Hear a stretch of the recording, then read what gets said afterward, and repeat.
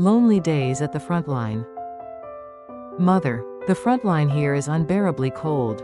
My health is still not good, and it feels like the shamanic ritual we did was of no use. I have no one I know here. My husband visits only once a month, and I have no one to talk to. Your place must be warmer than here, right? This place feels so far away. The only one I can talk to all day is Hangik. He's just starting to babble, and it sounds as if he's trying to answer me. How have you been lately? How is the household doing? Are you still weaving every day? Your letter broke my heart, but what can we do? You just have to endure it. More than anything, your health is most important, so take good care of yourself first. If you have time, how about visiting a church? Your illness can't be cured by medicine or by shamanic rituals, and nothing seems to help. Who knows what might happen? Life is unpredictable, so why not give it a try? Why is my mother saying this? It's strange that she, who has believed only in shamans all her life, keeps telling me to go to church. Perhaps because it was winter and the desolate Frontline where I knew no one, the wind felt even harsher. My husband had finished 7 months of officer training in Gwangju and was stationed at this Frontline. While in Gwangju, it was easy to visit his parents' home, and we went there often. However, due to my husband's coldness and indifference toward me, my in-laws were not very welcoming either. But here at the Frontline, although it was dark and cold, I even felt happy to see him once a month after he returned from duty near the demilitarized zone. Even though I was still unwell, I was grateful that we could live without major quarrels. Perhaps it was because our time together was too short to fight. One day, I happened to meet a woman I knew from another military family. Though we only talked for a few minutes, I was deeply grateful for her gentle and kind words. During our conversation, she carefully said, "You should believe in Jesus too. You have a lot of time and must be lonely. Going to church will do you good." "Well, I'm not sure," I replied. Although my mother's repeated advice and my emotional emptiness made me want to try church, I was nervous and afraid since I had never been to one before. However, the woman remained kind to me and even walked me home. Sunday came. My husband, who had come home after a long time, was napping. His tonsils were badly swollen, and he seemed to be in a bad mood. "What do you think about me going to church?" I asked. "Why? Are you planning to go?" "I think it would be good. If you're bored, go ahead and try it," he said. I made up my mind and got ready. I was glad that he agreed, and I felt excited with a hint of expectation. But I worried, what if that lady doesn't come? Just then, I heard someone outside.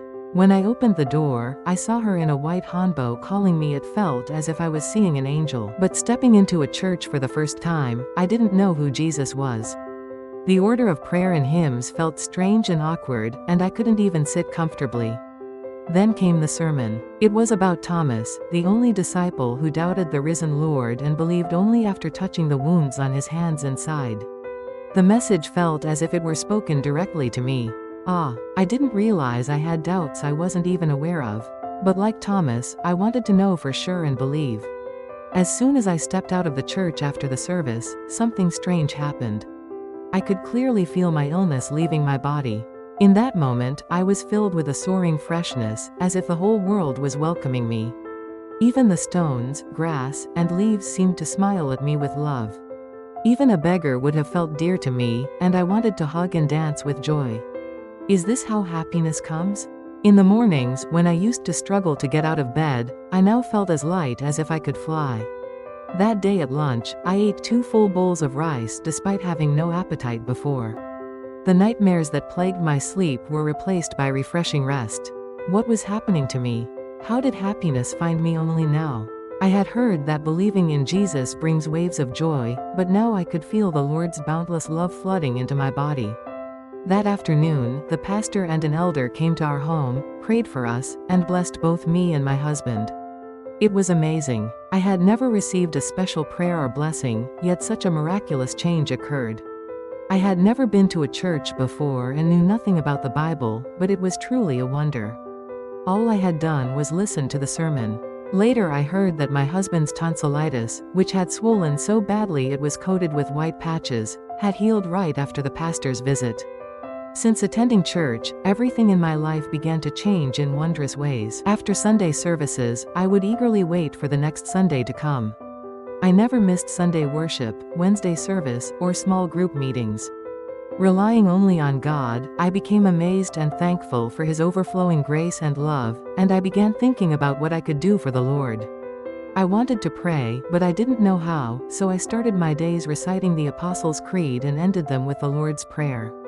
I read 2 or 3 pages of the Bible daily, and soon I was living with the Bible always in my hands. Even my dreams changed, and I would see miraculous things happen whenever I prayed in my sleep. Why does God love me so much? After years of living a stagnant life, I was now overflowing with joy because of the church. After 6 months of attending church, I could no longer keep this joy to myself. Though clumsy and shy, I began sharing my faith with others. I had already completed baptism classes, and my heart was overflowing with the desire to be baptized as soon as possible. Believe in Jesus. Going to church has brought me peace and joy like never before. He even healed my illness, I would say. Like a child clinging to its mother, I joyfully and naively clung to the Lord. I was simply overwhelmed with gratitude for His grace, as if I were on a honeymoon journey with the Lord Himself.